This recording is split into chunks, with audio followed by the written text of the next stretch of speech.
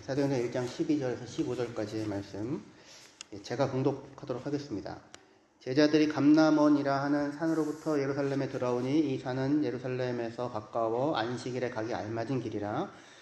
들어가 그들이 유하는 다락방으로 올라가니 베드로, 요한, 야고보, 안드레와 빌립, 도마와 바돌로메, 마테와 및 알페오의 아들 야고보, 셀롯인 시몬, 야고보의 아들 유다가 다 거기 있어 여자들과 예수의 어머니 마리아와 예수의 아우들과 더불어 마음을 같이하여 오로지 기도에 힘쓰더라. 모인 무리의 수가 약 120명이나 되더라.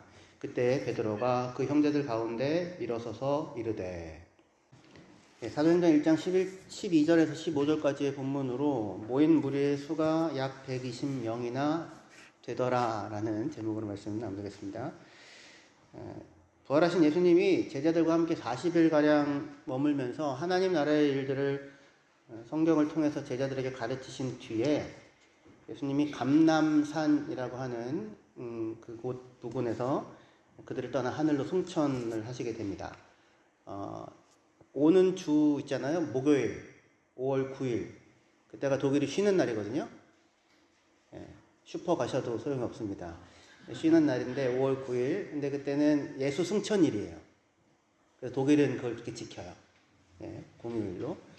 그때예요. 그때 예수님께서 제자들을 떠나서 하늘로 올라가시고는, 그리고는 제자들이 돌아와서 예수님의 말씀, 예수님께서 그들을 떠나실 때 약속을 주시거든요. 너희는 몇 날이 못 되어 성령으로 세례를 받을 것이다. 그렇게 약속을 주십니다. 그래서 제자들은 돌아와서 예수님의 약속을 기다리며 기도를 하게 돼요. 그리고 실제로 열흘 정도가 지나서 오순절 성령강림주일, 다음 주, 그 다음 주가 성령강림주일이죠. 그죠? 그때 오순절에 성령이 임하게 되고, 그래서 사람들이 성령의 충만함을 받은 가운데 하나님의 크신 일을 여러 나라 말로 증언하는, 선포하는 일이 벌어집니다. 오늘 본문은 예수께서 승천하신 뒤에 제자들이 감람산이라고 하는 곳에서 돌아와가지고 그들이 머물던 다락방, 마가의 다락방이라고 보통 불려지는 그곳에 모여서 그들이 마음을 같이하여 기도에 힘썼다라고 하는 그런 내용이 있는 본문이에요. 오늘이 어린이 주일인데 제가 이 본문을 설교 본문으로 선택한 이유는 당시에 모여있던 사람들 약 120명 정도 됐다고 했잖아요. 그 120명들 가운데, 모여있는 사람들 가운데는 예수님의 제자들이, 사도들이 분명히 있었을 것이고요. 근데 그곳에 여인들도 있었고요. 그리고 아마도 그들의 아이들도 같이 있지 않았겠는가 라고 하는, 그렇게 여겨지기 때문에 그거 관련하여서 말씀을 좀 전하려고 합니다. 그래서 저는 오늘 그 오순절 성령 강림 사건과 관련해서 당시에 교회를 구성하고 있는 멤버들 있잖아요. 누구로 구성되어졌는지를 좀 생각해보고 그것을 통해 교회가 뭐고 또 교회가 어떤 원리를 따라 작동하고 있는지를 살펴보려고 합니다. 본문에 보시면 1장 13절부터 보시면은요. 들어가 그들이 유하는 다락방으로 올라가니 베드로, 요한, 야고보, 안드레, 빌립, 도마, 바돌로메, 마테, 알페오의 아들 야고보, 셀롯인 시몬, 야고보의 아들 유다가 다 거기 있어. 14절 여자들과 예수의 어머니 마리아와 예수의 아우들과 더불어 마음을 같이하여 오로지 기도에 힘쓰더라. 15절 모인 무리의 수가 약 120명이나 되더라. 그렇게 지금 되어져 있습니다. 그러니까 지금 감람산까지 가서 예수의 승천을 보고 돌아와 기도하던 사람들은 다만 11명의 사도들만 있었던 거 아니고요. 그뿐 아니라 여인들이 거기 있었습니다. 그죠? 성경에 14절 이렇게 나오죠. 여인들, 그리고 또 누가 있었냐면 예수의 어머니 마리아, 그리고 예수의 형제들도 거기 같이 있었다고 합니다. 그리고 15절에 따르면 그렇게 모인 무리 사람들의 숫자가 120명 정도 되었다. 그렇게 이야기하고 있어요. 이 감람산이라고 하는 곳은 안식일에 가기에 적당한 거리라고 했는데 예수님께서 승천하신 날이 안식일이라는 의미가 아니고요. 한 1km 정도 떨어진 가까운 곳이었다라는 그런 의미예요. 그런 의미인데, 그리고 감람산에서 예수님을 떠나보내고 돌아와서 다락방에 모이게 됩니다. 근데 그 다락방이라고 하는 거는 우리가 생각하는 것 같은, 저 어렸을 때 한국에서 다락방이 되게 조그맣거든요. 이렇게 천장 위로 이렇게 열고 들어가면 혼자 숨기 좋은 그런 곳이었는데, 그런 다락이 아니고요. 영어 성경은 어퍼룸이라고 번역을 하는데 사실은 이제 2층에 2층이든 3층이든 상관없습니다. 1층 위쪽으로 있는 넓은 홀 같은 공간을 의미하는 거예요. 그래서 아마도 이것은 예수님이 제자들과 마지막 식사를 하셨던 곳인 소위 얘기하는 마가의 다락방으로 보여집니다. 사진을 보시면 그 앞에 사진 보시면 여기 이제 현재 마가의 다락방이 있었던 곳으로 추정되는 곳이에요. 여기다라고 100% 얘기할 수는 없어요. 근데 전통적으로 이렇게 추정하고요. 여기 위에 있는 그 2층에 창문들이 있죠? 거기입니다, 거기. 그리고 이제 그 다음 사진 보시면 여기 안에 이렇게 넓은 공간인데요. 여기 그 다음 사진 보시면 사람들이 이렇게 모여 있습니다. 제가 세봤는데 한 95명쯤 됩니다. 여기 모여 있는 분들이요. 그러니까 120명 정도 충분히 더 공간이 있으니까 모일 수 있는 곳으로 보입니다. 당시 이곳에 사람들이 약 120명 가량 모여 있었는데 그들 가운데 누구도 있었냐면 여자들도 있었다. 굳이 그렇게 표현을 하고 있습니다. 근데 이제 여기 120명이라고 하는 게 되게 의미심장해요. 모여 있는 사람들이 120명이었다. 당시 유대 사회에서 120명은 지역의 사내들인이 독립적으로 구성되어질 수 있는 최소 인구가 120명이었어요. 그러니까 예루살렘에만 사내들인이 있는 게 아니고요. 각 지역에도 사내들인들이 있을 수 있거든요. 근데 그렇게 구성하려면 최소한 120명이 있어야 돼요, 숫자가. 남자가. 여자는 아무리 만나도 소용이 없습니다. 왜냐면 사람이 아니었거든요. 그러니까 120명의 남자. 근데 120명이라는 숫자가 의미심장한데, 그러니까 그렇게 독립적으로 의사결정을 할 수 있는 기구가 형성되어질 수 있는 최소 인원이 120명이었던 거예요. 근데 지금 여기 최초에 모여있는 초대교회 공동체라고 할 수 있는 이곳에는 120명이 모여있는데 거기에 누구도 있어요? 여자들도 있어요. 여자들도 포함하여서 120명이에요. 그러니까 뭔가 달라요. 뭔가 그 구성이, 인적 구성이 다르다라고 하는 겁니다. 제 물음은 뭐냐면 여기에 혹시 아이들은 없었겠느냐라는 거예요. 아이들은 없었겠는가. 이 아이들도 있었을 것 같다라고 얘기하면 끝날 수도 있는 이 얘기를 그리고 나서 설교 다음 이제 메시지로 넘어가면 좋겠는데, 근데 좀 차근차근 좀 살펴보면 좋겠다 생각을 합니다. 예. 그래서 지금 이 120명이 있고요. 베드로가 일어나서 이제 말씀을 하기 시작하는데 뭘 하냐면 가룟 유다를 대신할 사도 한 명을 더 세워요. 그래서 11명의 사도에 더하기 1 해가지고 12명의 사도가 세워지게 됩니다. 12명의 사도, 120명의 사람들. 12 이렇게 얘기를 하는 게 이스라엘 12지파와 연관성이 있어 보이잖아요. 그러니까 독립된 어떤 조직체, 단체가 형성되었다라는 의미로도 120명이라는 의미가 있고, 근데 거기에 여자들도 포함된다. 그리고 또 120명이라는 의미는 이스라엘 12지파의 소망, 그 소망이 오순절 성령 강림으로 말미암아 마침내 실현된 거잖아요. 그 성취가 일어나는 현장, 하나님의 백성이라고 얘기할 수 있는데 거기에 누구도 있어요? 여자들도 있다. 이게 지금 중요한 얘기입니다. 그런데 제 물음은 그거예요. 거기에 아이들은 없었겠는가? 저희 아이들 다 옆으로 지금 빼놨는데 저희 결론은 뭐겠습니까? 아이들도 있었을 것이다 해요. 그러니까 이따가 아이들 다 들어올 겁니다. 그때까지 저희가 좀 설교를 통해서 준비를 좀 이게 뭔 의미가 있는지를 좀 생각을 하려고 하는 겁니다. 근데 여기 모여있는 120명 가량의 사람들 가운데 여인들도 있었다, 그리고 아이들도 어쨌든 있었을 것이다 라고 하는 이 추정이 왜 중요하냐면 왜냐하면 이후에 오순절에 성령이 임하게 되는데 성령이 임했을 때 집에 모인 모든 사람들에게 성령이 임했고 그들 모두가 성령의 충만함을 받아 하나님의 큰일을 이야기하였으며 그리고 그들이 초대교회의 구성원이 되었다라고 하는 성경의 기록 때문입니다. 사도행전 2장 1절부터 보시면 오순절 날이 이미 이름에 그들이 다 같이 한 곳에 모였더니 호련히 하늘로부터 급하고 강한 바람 같은 소리가 있어 그들이 앉은 온 집에 가득하며 마치 불의 혀처럼 갈라지는 것들이 그들에게 보여 각 사람 위에 하나씩 임하여 있더니 그들이 다 성령의 충만함을 받고, 그죠? 그들이 다 성령의 충만함을 받고 성령이 말하게 하심을 따라 다른 언어들로 말하기를 시작하니라. 그렇게 말씀하고 있습니다.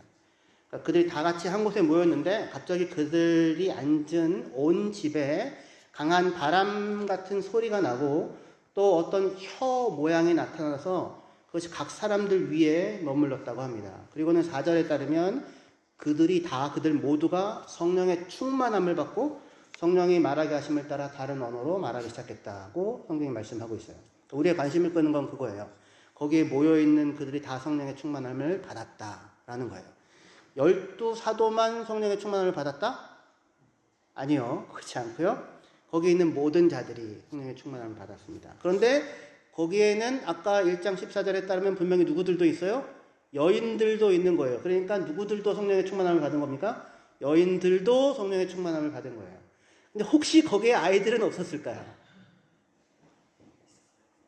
그 아이들은 성령의 충만함에서 제외됐을까요? 만약 아이들이 있었다면.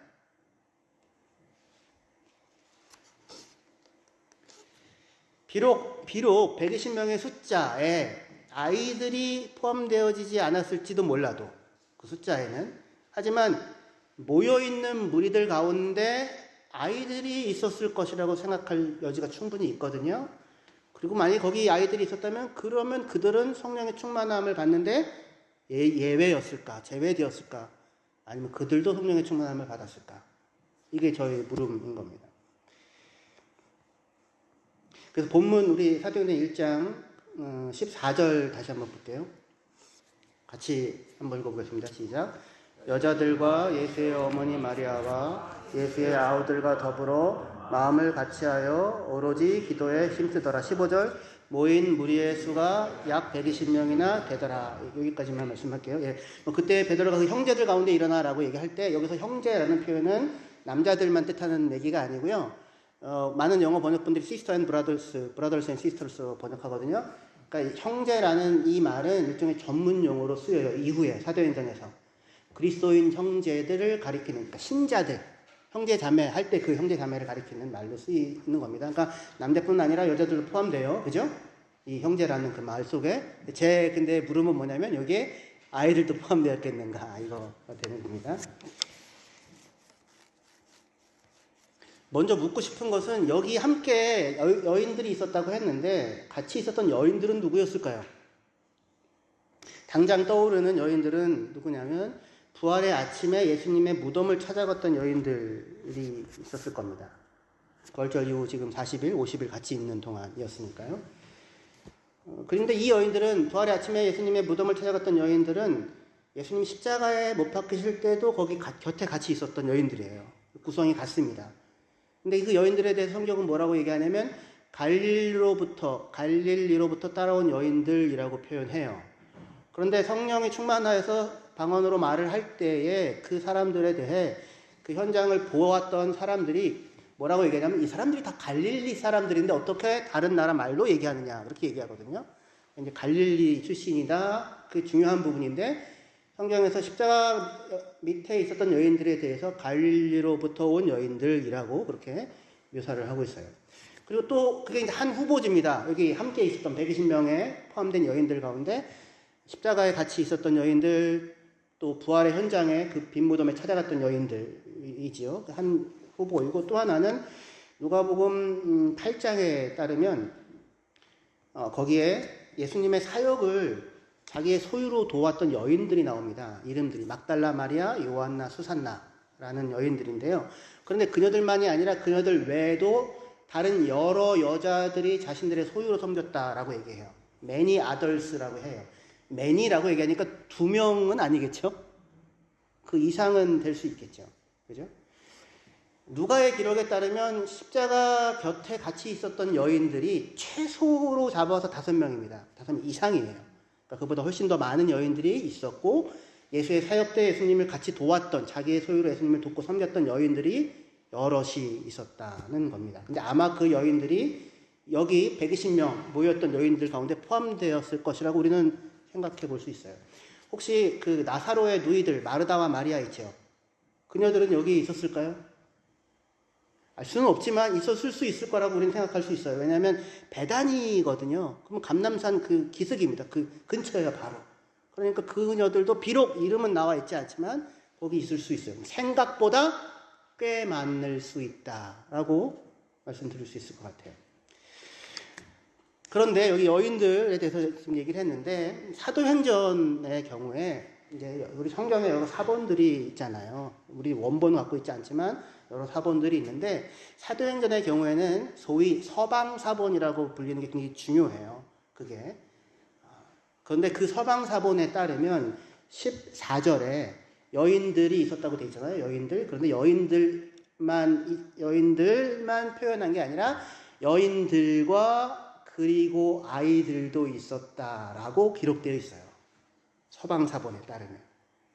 물론 다른 사본들에는 아이들이란 얘기는 없어요.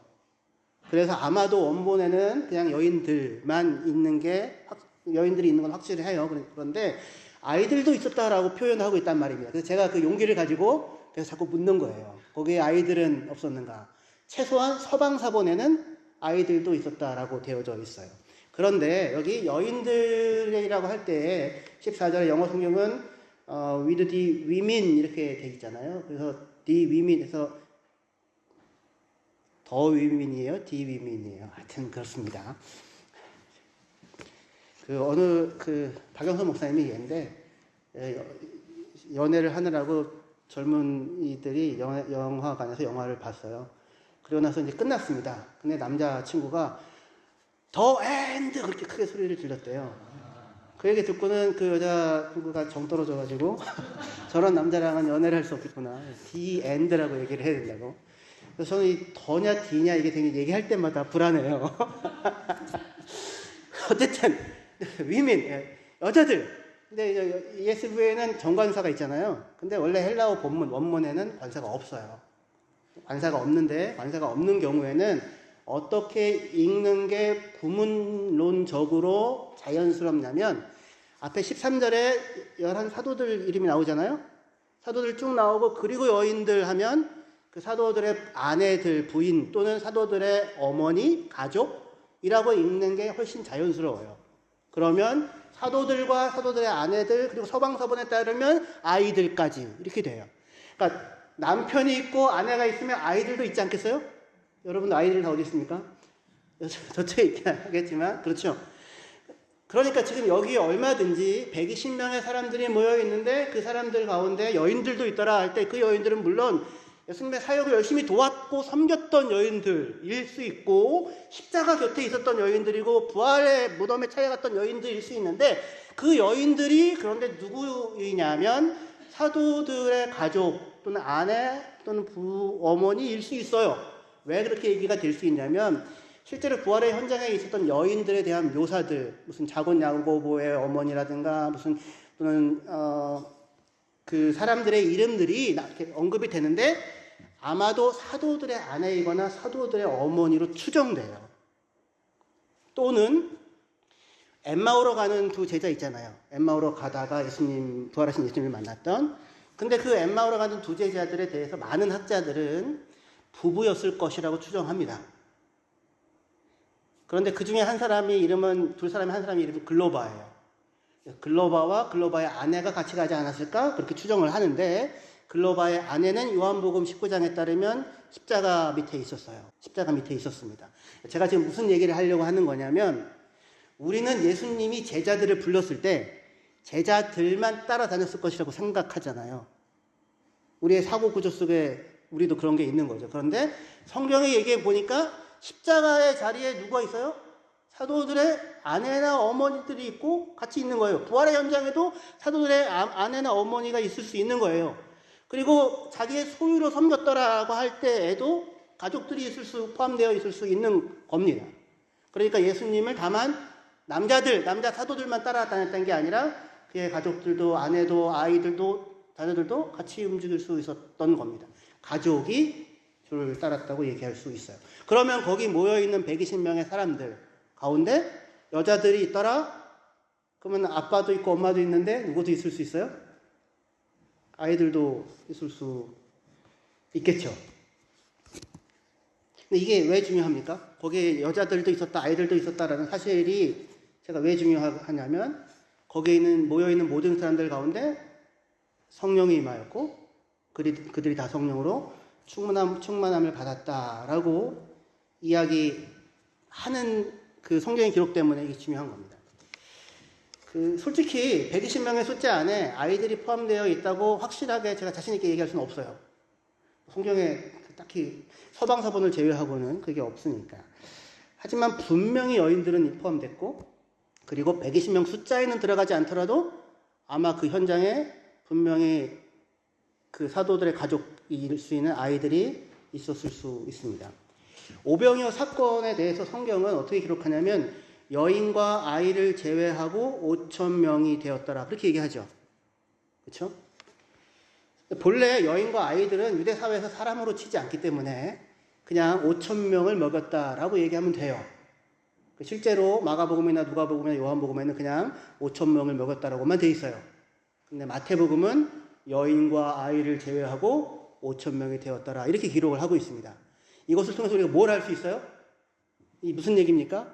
예수님이 하나님 나라의 복음을 전하고 사람들을 치유하고 사람들을 먹이는 그 현장에 남자 어른들만 있었던 게 아니라 누구도 있었다? 여자들도 있었고 아이들도 있었다라고 하는 거예요. 우리는 그 사실을 놓치죠. 그래서 여인과 아이들을 제외하고 5,000명을 먹였다라고 얘기할 때에 많은 학자들이 예수님이 몇 명 정도를 먹였다고 것이라고 생각하냐면 15,000명에서 20,000명 정도를 먹였을 것이라고 생각합니다. 그러니까 누가 더 많아요? 남자들보다 여자들과 아이들이 더 많이 있었던 거예요. 그렇게 추정할 수 있었던 겁니다. 그럼에도 불구하고 그들은 여인들과 아이들은 사람의 숫자에 들지가 않았어요. 사람이 아닙니다.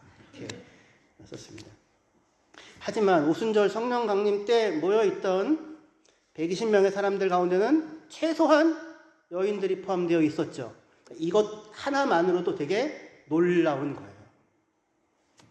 그리고 그 여인들이 거기에 포함되어 있었기 때문에 그들의 숫자가 120명이 된 것이고요. 그리고 그 120명이라고 하는 것이 어떤 상징성을 갖게 되죠. 초대교회가 이스라엘 12지파의 소망을 성취하는 자들로 나타날 수 있었던 것입니다. 우리 교회를 구성하는 사람들의 숫자는 몇 명이나 될까요? 여인들과 아이들을 제외하고 남자들만 25명쯤 되었더라. 이렇게.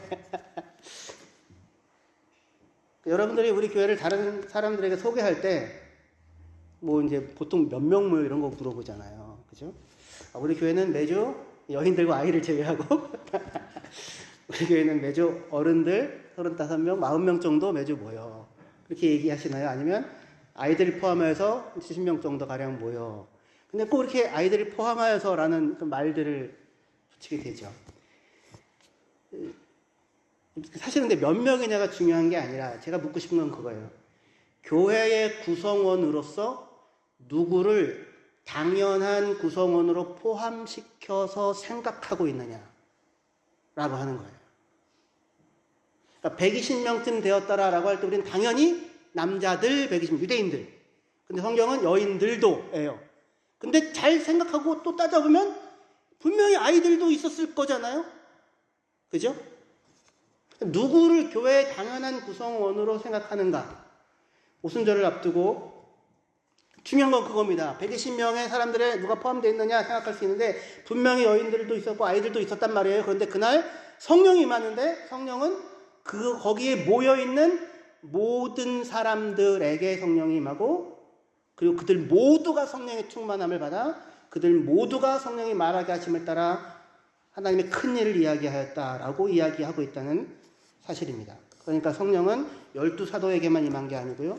거기 있던 모든 자에게 여러 다른 제자들에게 여인들에게 그리고 아이들이 있었다면 아이들에게도 성령이 임했을까요?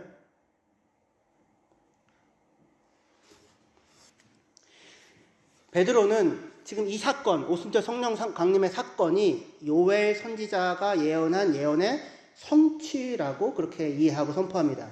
사도행전 2장 16절부터요. 같이 읽어볼게요. 같이 읽겠습니다. 예, 시작. 곧 선지자 요엘을 통하여 말씀하신 것이니 일러스되 하나님이 말씀하시기를 발세 내가 내 영을 모든 육체에 부어주리니 너희의 자녀들은 예언할 것이요 너희의 젊은이들은 환상을 보고 너희의 늙은이들은 꿈을 꾸리라. 그때 내가 내 영을 내 남종과 여종들에게 부어주리니 그들이 예언할 것이요. 하나님이 말씀하시기를 말세에 내가 내 영을 모든 육체에게 부어주신대요. 그죠? 그래서 너희의 자녀들은 예언할 것이고 너희의 젊은이들은 환상을 보고 너희의 늙은이들은 꿈을 꾸리라. 연령대가 어린 나이부터 위로 올라가는 느낌이죠. 그죠? 요엘서에는 사실은 너희의 노인들이 꿈을 꾸고 젊은이가 환상을 보리라 순서가 그렇게 되어 있어요. 근데 베드로는 이 순서를 바꿔서 이야기합니다. 너희의 자녀들은 예언할 것이고 너희들의 젊은이들은 환상을 볼 것이고 너희의 늙은이들은 꿈을 꾸리라 이렇게 말씀하고 있어요. 그러니까 성령이 누구에게 주어져요? 모든 육체에게. 아이들에게 성령이 주어지지 않아요? 아니요. 어린아이에게도 여인들에게도 남자들에게도. 그리고 사도행전이 진행되면 진행될수록 이 범위는 넓어지죠. 이방인들에게도 그렇게.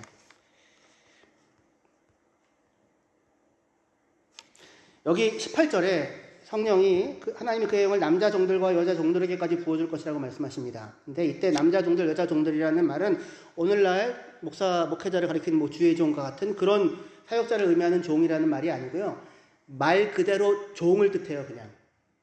그래서 사실은 심지어라는 말이 원래 있어요. 심지어, 심지어 남자 종들과 여자 종들에게까지도 라는 걸로 표현이 되어지고 있습니다. 그러니까 하나님께서는 마지막 때에 당신의 영을 남자 어른들만이 아니라 여자들에게도 아이들에게도 젊은이에게도 노인들에게도 부어주신다고 하십니다. 나아가 남자 종들과 여자 종들에게까지도. 그리고 이후에 사도행전이 진행되면서 이 범위는 이방인들에게까지도 확대되게 됩니다. 당시 유대인들의 세계관 속에서 성령이 이방인들에게 임한다고 하는 것은 상상할 수 없었던 일이었을 거예요. 왜냐하면 그나마 자기네들 유대인들만 자격이 있는 사람들이라고 생각을 했기 때문이겠죠. 하지만 하나님의 성령을 받을 자격이 있는 사람이 있습니까? 자격이 있어서 어른들이 받나요? 그렇지 않죠. 누가 받아요? 예수가 그리스도임을 믿고 고백하는 사람들에게 성령이 주어지죠. 근데 예수가 그리스도임을 믿는다고 하는 얘기는 나를 믿는 게 아니라는 거잖아요. 하나님의 은혜와 공유를 믿고 신뢰한다는 거죠. 그러니까 아무도 내가 가지고 있는 자격이나 조건으로 하나님 앞에 받아들여질 수 있는 자가 내가 아니다. 오직 하나님의 은혜와 공률만이 우리가 의지할 수 있는 전부이다라고 하는 것을 고백하는 사람들이 그리스도인이에요. 그죠? 그래서 하나님 앞에서는 그 누구도 남자라는 이유로, 유대인이라는 이유로, 배웠다는 이유로, 자유인이라는 이유로 더 나은 대접을 받을 수 있는 게 아니고 반대로 이방인이라는 이유로, 배우지 못했다는 이유로, 신분이 종이라는 이유로, 여자라는 이유로, 어린아이라는 이유로 배제되지 않는 것입니다. 그게 성령 강림이 보여주는 놀라운 일이에요. 그러니까 인류 역사상 사실은 있어 본 적이 없는 새로운 공동체가 성령이 모든 육체에게 부어짐으로 말미암아 출현하게 되었던 것입니다.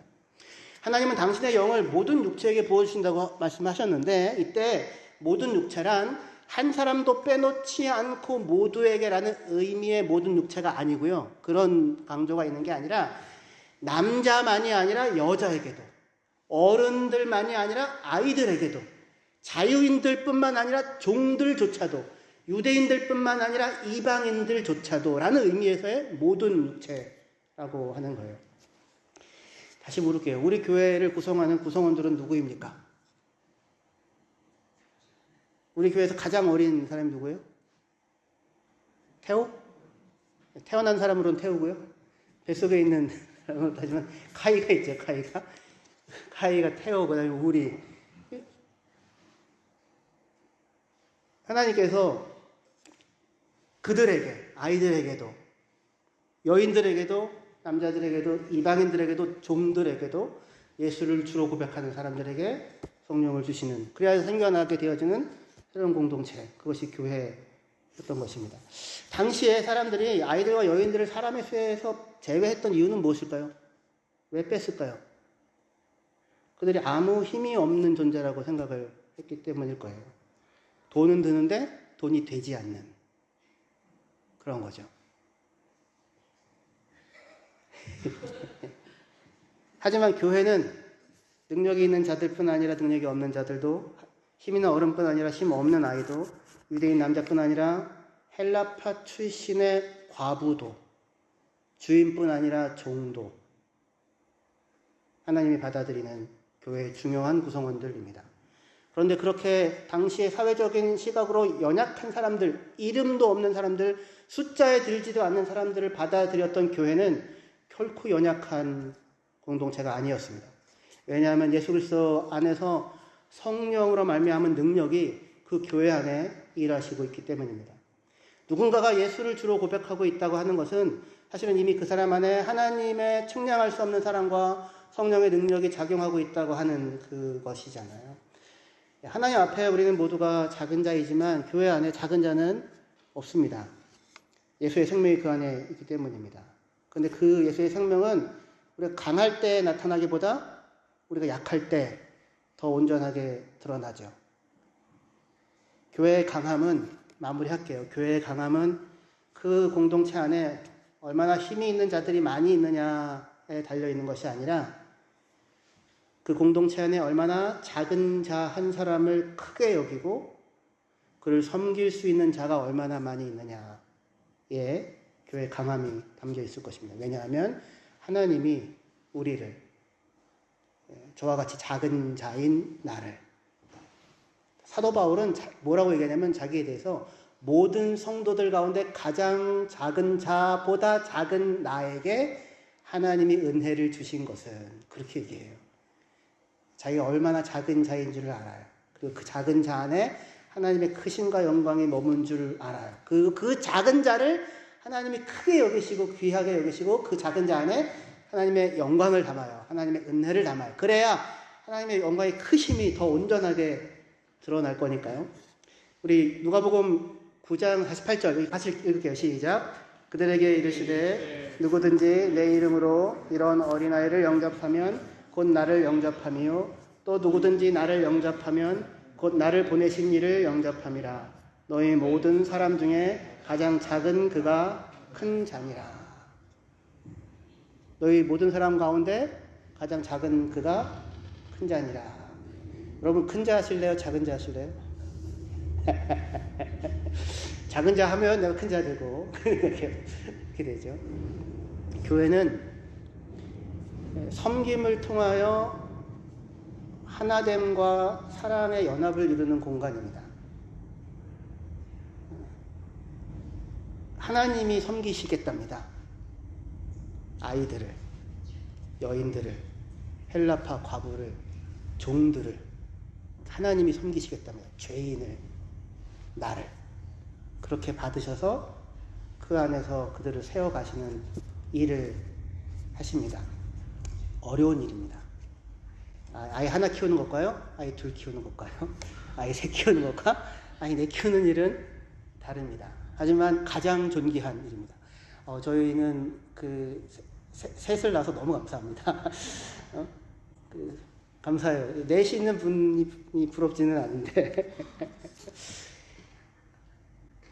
교회에 하나님께서 우리들을, 작은 자들인 우리를 불러주셔서 서로를 섬기는 하나님의 손길이 돼요. 그들을 세워가심으로 하나님의 이 세상에는 없는 공동체, 세상에는 숫자로도 치지 않는 사람들이 근데 모여서 영광스러운 하나님의 존귀한 자들로 확인되고 그 하나님의 크심을 드러나는 곳, 그 교회. 그 교회가 렘사인 한교회가 되시기를 주의 이름으로 축원합니다. 기도하시겠습니다.